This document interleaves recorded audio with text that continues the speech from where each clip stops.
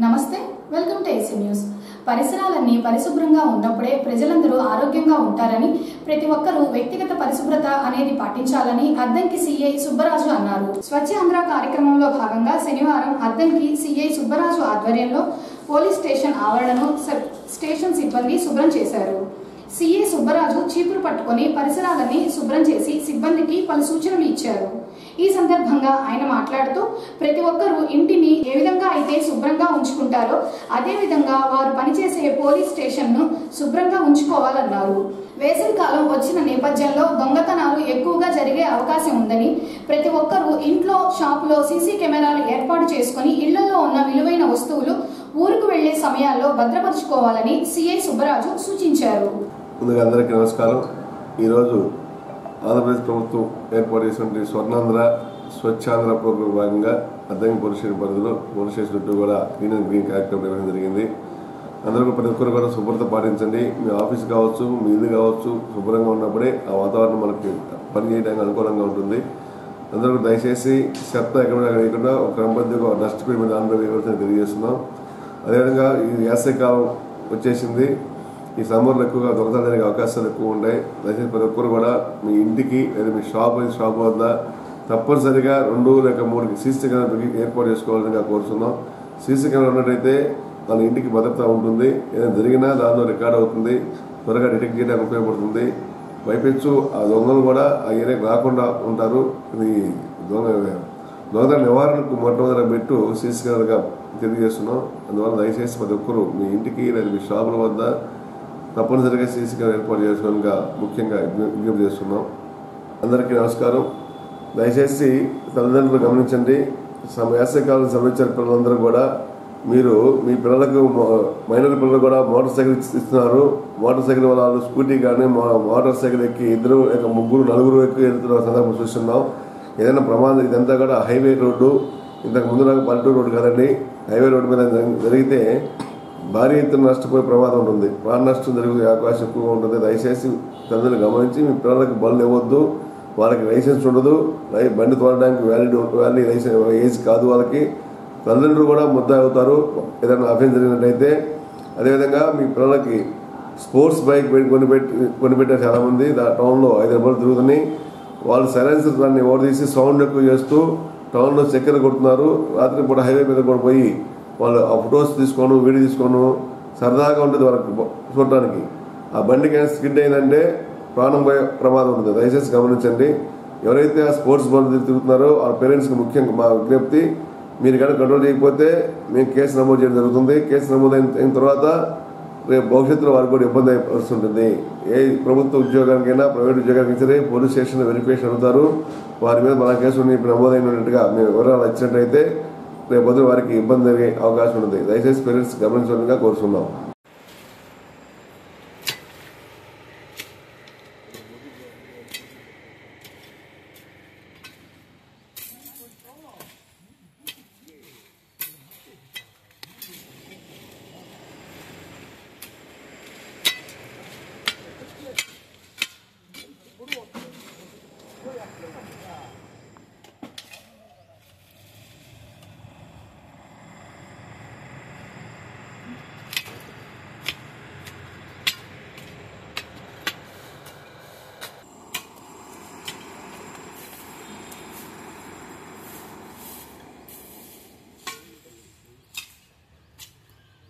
గ్రామీణ ప్రాంతాల్లో ప్రజలు చెత్తా చెదారం ఎక్కడ అంటే అక్కడ పడివేయకుండా పారిశుధ్య కార్మికుడు ఇంటికి వచ్చిన సమయంలో తడి పొడి చెత్తలు 2 వేరు చేసి ఇవ్వాలని అద్దంకి మండల పరిషత్ అభివృద్ధి అధికారి సింగయ్య అన్నారు. అద్దంకి మండలం సింగరకొండపాలెం సచివాలయంలో శనివారం ఎలక్ట్రానిక్ వస్తువుల సేకరణపై అవగాహన కార్యక్రమాన్ని ఏర్పాటు చేయగా ఎంపీడీఓ సింగయ్య హాజరై మాట్లాడారు. ఇళ్లలో పనికిరాని ఎలక్ట్రానిక్ వస్తువులు ఏమైనా ఉంటే పారిశుధ్య కార్మికులకు అందజేయాలన్నారు. అవి డంపింగ్ యార్డుకు తరలించి అమ్మి తర్వాత డబ్బులు ఇస్తారని, ప్రజలు ఈ విషయాన్ని గమనించి ఎలక్ట్రానిక్ వస్తువులు పనికి రాకుండా మూలవేసి ఉంటే ఇవ్వాలన్నారు. స్వర్ణాంధ్ర స్వచ్ఛాంధ్ర కార్యక్రమంలో భాగంగా ప్రభుత్వం నిర్ణయం తీసుకుందన్నారు. నిరుపయోగంగా పడినటువంటి ఎలక్ట్రానిక్ వ్యర్థాలు, ముఖ్యంగా సెల్ ఫోన్లు, కంప్యూటర్ సంబంధించిన విభాగాలు, టీవీలు, ఇంకా ఇతరత్ర వస్తువులు ఏవైనా పనిగ్రహం ఇంట్లో ఉంటే ఆంతని పెట్టుకునే దానికన్నా వాటన్నిటినీ సేకరించి పంచాయతీ కార్యాలయం ద్వారా సచివాలయం ద్వారా ఉన్నతాధికారులకు లేక వాటిని అమ్మడానికి కూడా ప్రయత్నం చేయడం జరిగింది. వచ్చిన ఎంతో కొంతమంది వాటిలో కొన్ని కొనుగోలు చేస్తూ ఉంటే వాటిని పడుకునే విధంగా వేసి కింద కొనుగోలు చేయడానికి కూడా గవర్నమెంట్ ఏర్పాటు చేయడం జరిగింది. మీ దగ్గర నుంచి తీసుకున్న వస్తువుని మీకు రసీదు ఇచ్చి మేము తీసుకుందాం. దాన్ని అమ్మిన తర్వాత ఎంతైతే వస్తుందో ఆ డబ్బు కూడా మీకు తిరిగి ఇవ్వడం జరుగుతుంది. ఉద్యమంలో కావచ్చు, 10 రూపాయలు, 50 రూపాయలు, 100 రూపాయలు కావచ్చు, అది మన ఇంట్లో అడవి లేకుండా పోతుంది. అంతకు మించి ఈ వ్యర్థాలు కూడా భూమిలో కలిసిపోతే పాడైపోయేవి కాదు. ఎన్ని సంవత్సరాలైనా అవి అలాగే ఉంటాయి. మనకున్న భూమిలో కొంత భాగం ప్లాస్టిక్స్ తోటి, కొంత భాగం వీటితోటి నిండిపోయి కొంత భాగం పనికిరాకుండా పోయే అవకాశం ఉంది. కాబట్టి అలాంటి పరిస్థితి తలెత్తకుండా వీటిని ప్రాపర్గా ఎక్కువ నష్టం జరగకుండా తక్కువ నష్టంతో డిస్పోజ్ చేసే విధంగా చేయడం కోసం రాష్ట్ర ప్రభుత్వం ఈ ఎలక్ట్రానిక్ వ్యర్థాలు చేపట్టే కార్యక్రమం ఈ రోజు నుంచి చేపట్టడం జరిగింది. కాబట్టి సచివాలయ ఉద్యోగులు, గ్రామ పెద్దలు, పేదవాళ్ళు కూడా ఇప్పటివరకు దాకా ఏం చేయాలో అర్థంగా మన ఇంట్లో ఉన్న వస్తువుని దయచేసి మాకు అందజేయండి. వీటిని సరైన ధరకు అమ్మేసి ఆ వస్తువుల మీద అవసరం ధరని మీకు తిరిగి ఇవ్వడం జరుగుతుంది. దీనివల్ల భూముల వ్యర్థాలు మిగిలిపోకుండా పరిసర ప్రాంతాలు అశుభ్రపడకుండా ఉండడానికి దోహదపడడం జరుగుతుంది. ఈ వ్యర్థాలే కాకుండా శుభ్రత గురించి మనం ఎంతో ఇప్పుడు అవసరం. మొట్టమొదట్లో మన వ్యక్తిగత పరిశుభ్రత కూడా చాలా తక్కువగా ఉండేది నాకు తెలిసిన తర్వాత. ఇప్పుడు చాలా వరకే మార్పు వచ్చింది. స్నానం చేసే దగ్గర కానివ్వండి, ముఖ్యంగా భోజనం చేసే ముందు చేతులు కడుక్కోవడం గురించి కానివ్వండి, టాయిలెట్స్కి వచ్చిన తర్వాత చేతులు కడుక్కోవడం గురించి, మల విసర్జన, మూత్ర విసర్జన ఎక్కడ పడితే అక్కడ చేయకుండా ఆ టాయిలెట్స్లోనే చేసే విధంగా, పశువులకు కూడా ఇతరతర విషయాలు కూడా రోడ్డు మీద రాకుండా బయటికి తరలించే విషయంలోనూ ఇలా అన్ని రకాలుగా పరిశుభ్రతగా ఉండే విధంగా రోజు రోజు ఇంప్రూవ్మెంట్ చేసుకోవడం జరుగుతుంది.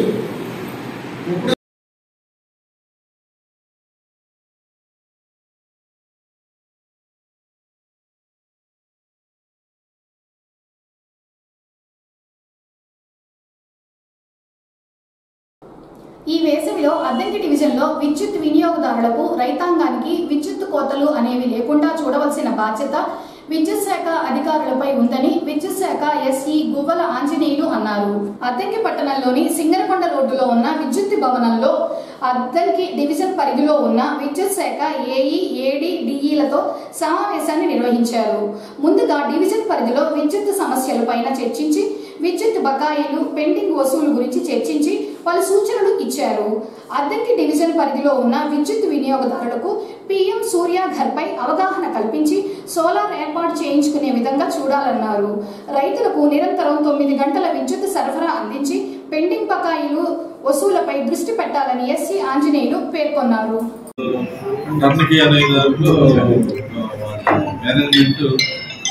వద్దంటున్నారు. ఎందుకంటే కొంచెం మెటీరియల్ నాన్ స్టాండర్డ్ వస్తున్నాయి, తర్వాత మన మెటీరియల్ వాటి ఇవన్నీ అపోహాలు ఉన్నాయి.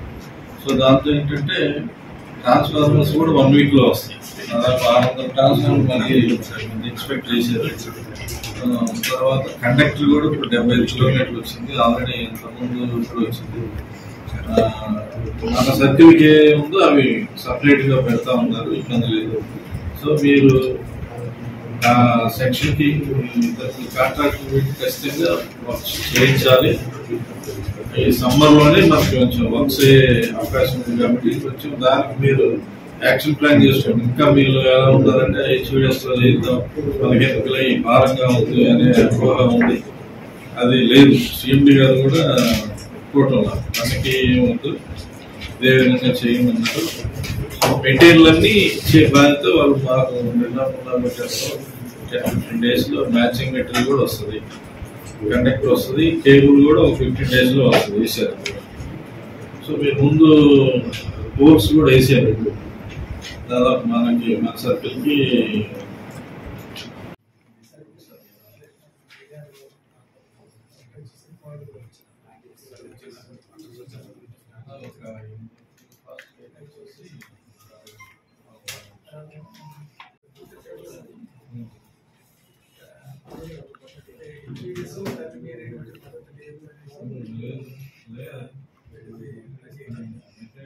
మళ్ళీ 15 కిలోమీటర్లు ఎర్నింగ్ అలవాటు చేసుకోకపోతే చాలా ప్రమాదకరం. నెట్వర్క్ పెరిగేది మనకి తగ్గేదే ఉండదు.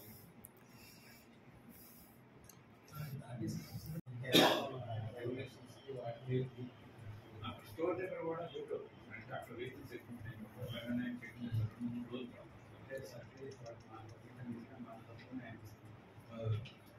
రెండు మీద ఉంటాయి. అప్పుడు మెటీరియల్ రాజీ అని చెప్పి ఏటీగా సంతకాలు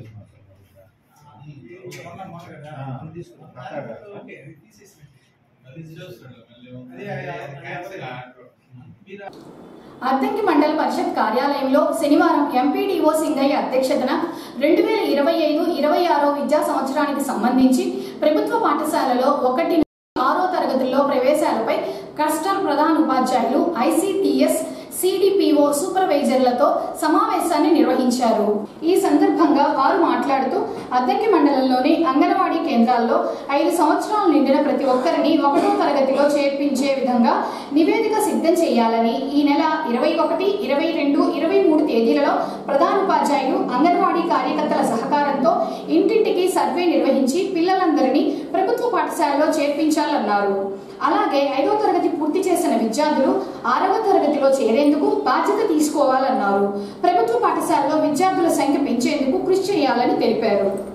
సిడిపో కొరిసిపాడు మాట్లాడుతున్నాను. 8వ తేదీ నుంచి రేపు 22వ తేదీ దాకా పోషణ పక్వాడ అంటే పోషణ పక్షోత్సవాలు జరుగుతున్నాయి. ఈ 3 మండలాలు ఒక మున్సిపాలిటీలో 202 అంగన్వాడీ సెంటర్లలో ఈ కార్యక్రమంలో భాగంగా ఈరోజు గర్భిణీ స్త్రీలకు బాలింతలకు అభ్యుదయనగర్లో తల్లులకి పాలిచ్చే తల్లులకి అందరికీ సమతుల ఆహారం గురించి న్యూట్రిషన్ డైట్ గురించి తర్వాత ముర్రుపాలు ఏ సమయంలో ఇవ్వాలి, పుట్టిన వెంటనే ఒక అరగంట లోపల ముర్రుపాలు ఇవ్వాలి, దాని గురించి అవగాహన కల్పించడం జరిగింది. ఇంతేకాకుండా శక్తిజనకాలు, పోషకాలు, కార్బోహైడ్రేట్స్, పిండి పదార్థాలు ఏ మోతాదులో తీసుకోవాలి వాటి గురించి కూడా మనం అవగాహన కల్పించడం జరిగింది. ఆకుకూరలు ముఖ్యంగా మునగాకు గురించి, మునగాకు తీసుకుంటే వచ్చే వాల్యూస్ గురించి, కరివేపాకు మునగాకు కలిపి కాంబినేషన్లో ఏమి కూరలు వండుకోవాలి తన ప్రత్యక్ష ప్రదర్శన చేయడం జరిగింది. ఈ కార్యక్రమానికి సూపర్వైజర్లు, అంగన్వాడీ కార్యకర్తలు, తల్లులు అందరూ రావడం జరిగింది. ముఖ్యంగా తండ్రులు వచ్చారు ఎక్కువ పర్సంటేజ్లో. ఈరోజు చాలా ఆనందంగా ఉంది. వాళ్ళు కూడా మనం చెప్పేవన్నీ విని ఏ ఆహారం తీసుకోవాలి, బ్యాలెన్స్డ్ డైటు, గర్భిణీ తీసుకోవాల్సిన ఆహారం, బాలిని తీసుకోవాల్సిన ఆహారం, ఉప్పు, చక్కెర, మైదా, నూనెలు తగ్గించి తినటం, మిగతావన్నీ అంటే వైటమిన్స్ ఉండేటువంటి ఆకుకూరలు, కూరగాయలు ఎక్కువ తీసుకోవటం గురించి వాటికి వివరించడం జరిగింది. ముఖ్యంగా 1000 రోజుల అవగాహన, 1000 రోజుల అవగాహన గురించి మన సూపర్వైజర్లు అందరూ అవగాహన కల్పించడం జరిగింది. ప్రెగ్నెంట్ రిజిస్ట్రేషన్ దగ్గర నుంచి అంటే early registration of pregnant women, గర్భిణీ స్త్రీలను ఎర్లీగా రిజిస్ట్రేషన్ చేసుకొని తర్వాత ఆమె కేర్ తీసుకొని తన సంరక్షణ తీసుకొని ముర్రుపాల గురించి ఆమె ఆహారం, లిక్విడ్స్, సెమీ సాలిడ్స్ 7 నెలల తర్వాతే ఇవ్వాలన్నమాట. ఏ ఇచ్చినా కూడా 6 నెలల లోపల కంప్లీట్ ఎక్స్క్లూజివ్ బ్రెస్ట్ మిల్క్ ఇవ్వాలి.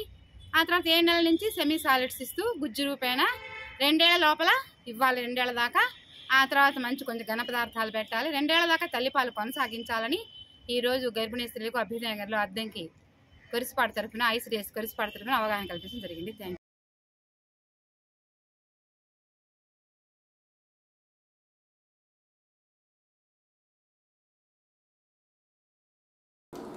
గ్రీన్ అద్దంకిగా తయారు చేసేందుకు ప్రతి ఒక్కరూ పరిసరాలన్నీ పరిశుభ్రంగా ఉంచుకొని చెత్తా చెదారం ఎక్కడ అంటే అక్కడ పడివేయకూడదని అద్దంకి పురపాలక సంఘ కమిషనర్ రవీంద్ర అన్నారు. స్వర్ణాంధ్ర స్వచ్ఛాంధ్ర కార్యక్రమంలో భాగంగా శనివారం అద్దంకి పట్టణంలోని 20 వార్డులలో స్వర్ణాంధ్ర స్వచ్ఛాంధ్రపై అవగాహన కల్పించి ప్రతిజ్ఞ చేయించారు. అద్దంకి మున్సిపల్ కార్యాలయంలో కమిషనర్ రవీంద్ర మొక్కలు నాటారు.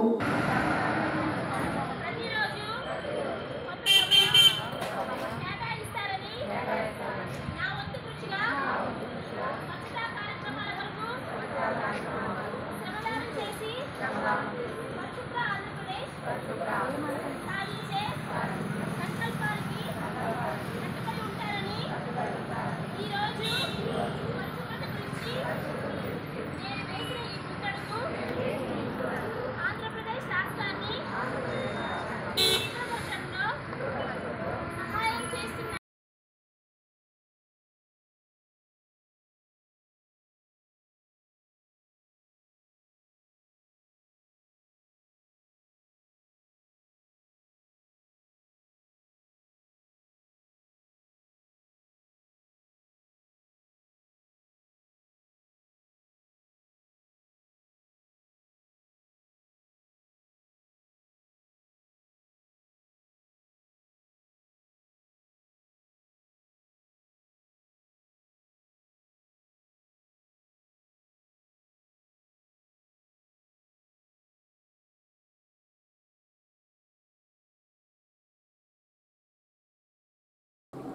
తిరుమల తిరుపతి దేవస్థానములు హిందూ ధర్మ ప్రచార పరిషత్ వారి ఆధ్వర్యంలో అద్దంకి మండలం కొంగపాడు గ్రామంలోని శ్రీ కోదండరామస్వామివారి దేవాలయంలో శుక్రవారం రాత్రి సామూహిక కుంకుమ పూజ జరిగింది.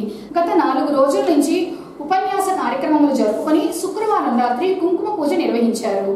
ఈ సందర్భంగా టీటీడీ దాస సాహిత్య ప్రాజెక్ట్ కోఆర్డినేటర్ చెన్నుపల్లి నాగేశ్వరరావు మాట్లాడుతూ ప్రపంచంలోనే గొప్ప ఆధ్యాత్మిక క్షేత్రం టీటీడీ అని, హిందూ ధర్మ ప్రచారంలో భాగంగా దేశంలోని అన్ని ప్రాంతాల్లో అనేక ఆధ్యాత్మిక కార్యక్రమాలు జరుపుతున్నారని, ఇటువంటి కార్యక్రమాల వల్ల గ్రామాల్లో స్నేహభావంతో పాటు ఆధ్యాత్మిక భావం పెరుగుతుందన్నారు. కుంకుమ పూజలో పాల్గొన్న 100 మంది మహిళలకు టీటీడీ నుంచి వచ్చిన స్వామివారి రూపు, పసుపు కుంకుమలు అందజేశారు.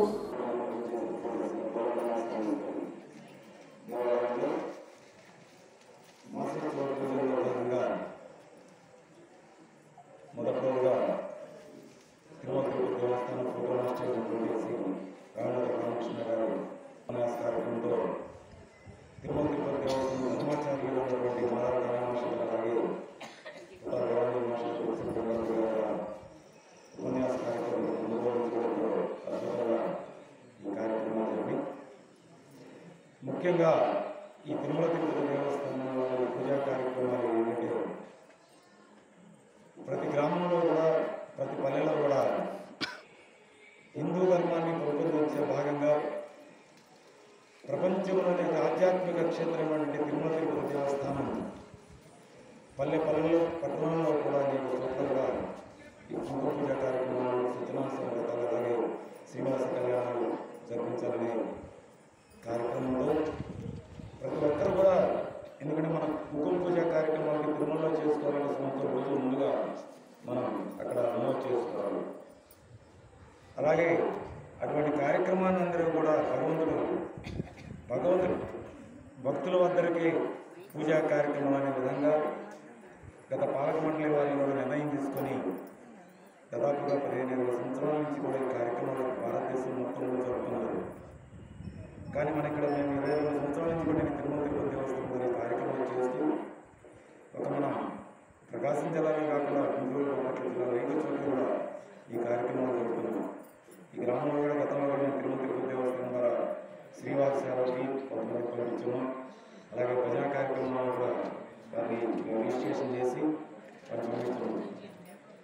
ముఖ్యంగా ఉద్దేశం ఏంటంటే ఎవరైనా సాటి మనిషికి మనం సహాయం తోడ్పాటు ఇచ్చే భాగంగానే ఇటువంటి కార్యక్రమాలను కూడా చెప్తుంటాం.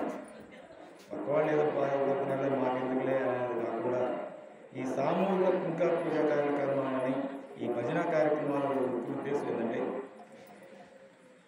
మేము చేసిన మాకు తెలిసినటువంటి వారు కూడా మేము కొన్ని ఫ్యాక్షన్ గ్రామాల్లో కూడా మేము ఫస్ట్లో ఈ పూజా కార్యక్రమం పెట్టాలంటే వద్దన్నారు. సార్ ఇప్పటికే మా గ్రామంలో మేము అనేక చోట్ల కూడా ఇబ్బందిగా ఉంది.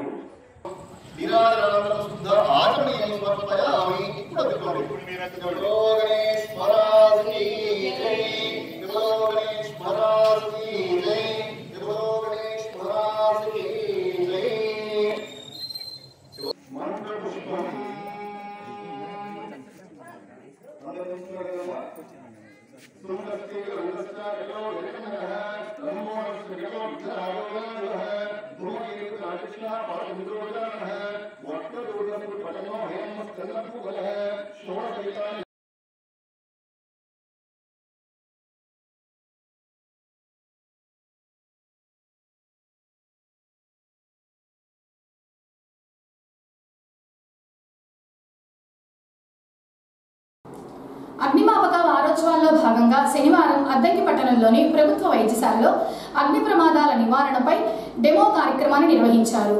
ఫైర్ ఆఫీసర్ వెంకట్రావు హాజరై అగ్ని ప్రమాదాల వారోత్సవాలపై అవగాహన కల్పించి ప్రమాదవశాత్తు ప్రభుత్వ వైద్యశాలలో అగ్ని ప్రమాదం జరిగితే మంటలు ఏ విధంగా చేయాలో డెమో చేసి చూపించారు.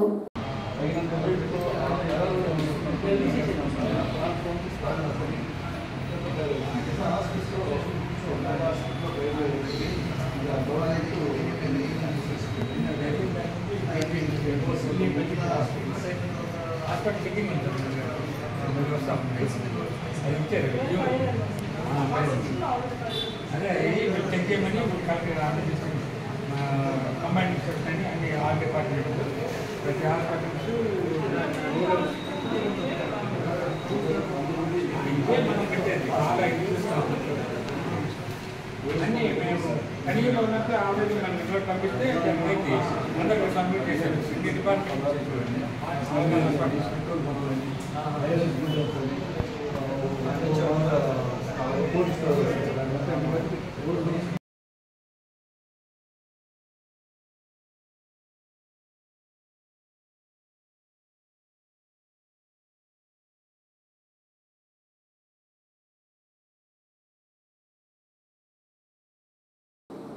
గర్భవతులు కాన్పు సమయానికి రక్తహీనత శాతం పెంచుకోవాలని, రక్తహీనత లోపాలు ఉంటే సాధారణ కాన్పులు కావడానికి వీలు కాదని కొరిసపాడు ఐసిడిఎస్ సిడిపిఓ కృష్ణవేణి అన్నారు. అద్దంకి పట్టణంలోని వాసవి నగర్ లో ఉన్న అంగన్వాడీ కేంద్రంలో శనివారం పోషణ పక్వాడ 1000 రోజుల కార్యక్రమాన్ని ఏర్పాటు చేయగా సిడిపిఓ కృష్ణవేణి హాజరై మాట్లాడారు. గర్భవతులకు, బాలింతలకు అంగన్వాడీ కేంద్రాల ద్వారా ప్రతి నెల పోషకాలు కలిగిన పోషకాహారం అందిస్తున్నారని, తీసుకుని వెళ్లి నిరుపయోగంగా ఉంచకుండా వినియోగించుకుని రక్తహీనత లోపాలు లేకుండా 5 సంవత్సరాల పిల్లలందరినీ తల్లిదండ్రులు అంగన్వాడీ కేంద్రాలకు పంపించాలని, ఫ్రీ స్కూల్ పిల్లలకు ఆటపాటలతో కూడిన విద్యతో పాటు పోషకాలు కలిగిన ఆహారం వండి పెడుతున్నారని కృష్ణవేణి తెలియజేశారు.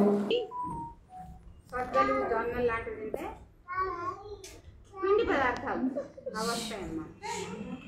అలాగే ప్రోటీన్స్ పప్పులు, దాదాపు 12-13 రకాల పప్పులు ఉన్నాయి. కందిపప్పు దగ్గర నుంచి నువ్వుల దాకా, శనగలు దగ్గర నుంచి రాజ్మా కానీ ఏమైనా సరే, అవిసె గింజల దగ్గర నుంచి నువ్వులు, మైక్రో న్యూట్రియంట్స్, సియా సీడ్స్ కూడా వచ్చింది దాంట్లో యాడ్ అయింది. ఇన్ని రకాల పప్పులు, 4 రకాల పప్పులు ఉన్నాయి. పెసర, కంది, తర్వాత శనగ, ఇలాంటి పప్పులు, వేరుశనగ. ఆ పప్పులన్నీ కూడా రోజుకు 100 గ్రామ్స్ కన్జ్యూమ్ చేయాలి. కన్జ్యూమ్ అంటే వినియోగించుకోవాలి మన శరీరం. అలాగే వైటమిన్స్, అన్ని రకాల పండ్లు తీసుకోవాలి. అలాగే శక్తి శనకాలు, నూనె, నెయ్యి, తర్వాత వెన్న. కార్యక్రమంలో పాల్గొన్న మొక్కలకి నా నమస్కారాలు తెలియజేస్తున్నాను. ముఖ్యంగా మాది ఐసిడిఎస్ చెప్పారు కొలిసిపాడు ప్రాజెక్టు అక్కడ ఉంటుందన్నమాట ఆఫీసు. ఈ 3 మండలాల కింద మాకు 202 అంగన్వాడీ సెంటర్లు ఉన్నాయి. ఈ 202 అంగన్వాడీ సెంటర్లలో ఈ 15 రోజుల నుంచి ఈ కార్యక్రమాలు జరుగుతూనే ఉన్నాయి. సెప్టెంబర్ ఏమో నెలంతా జరుగుతుంది. అది పోషకాహార మాసోత్సవం అంటారు. అంటే అప్పుడు పెట్టిన వాళ్ళు వినాయక చవితిని ఆదర్శంగా తీసుకొని అద్దంకి పట్టణంలోని స్థానిక రామ్నగర్లో శ్రీరామనవమి పండుగను పురస్కరించుకొని 16 రోజుల కార్యక్రమాన్ని ఏర్పాటు చేయగా శుక్రవారం రాత్రి వినుకొండ శివకుమార్ ఆధ్వర్యంలో ఒంగోలు బృందం వారిచే కోలాట ప్రదర్శన ఏర్పాటు చేయగా అందరినీ ఎంతగానో అలరించాయి. స్థానికులు కోలాట ప్రదర్శనలో పాల్గొని తిలకించారు. అనంతరం భక్తులకు తీర్థ ప్రసాదములు అందజేశారు.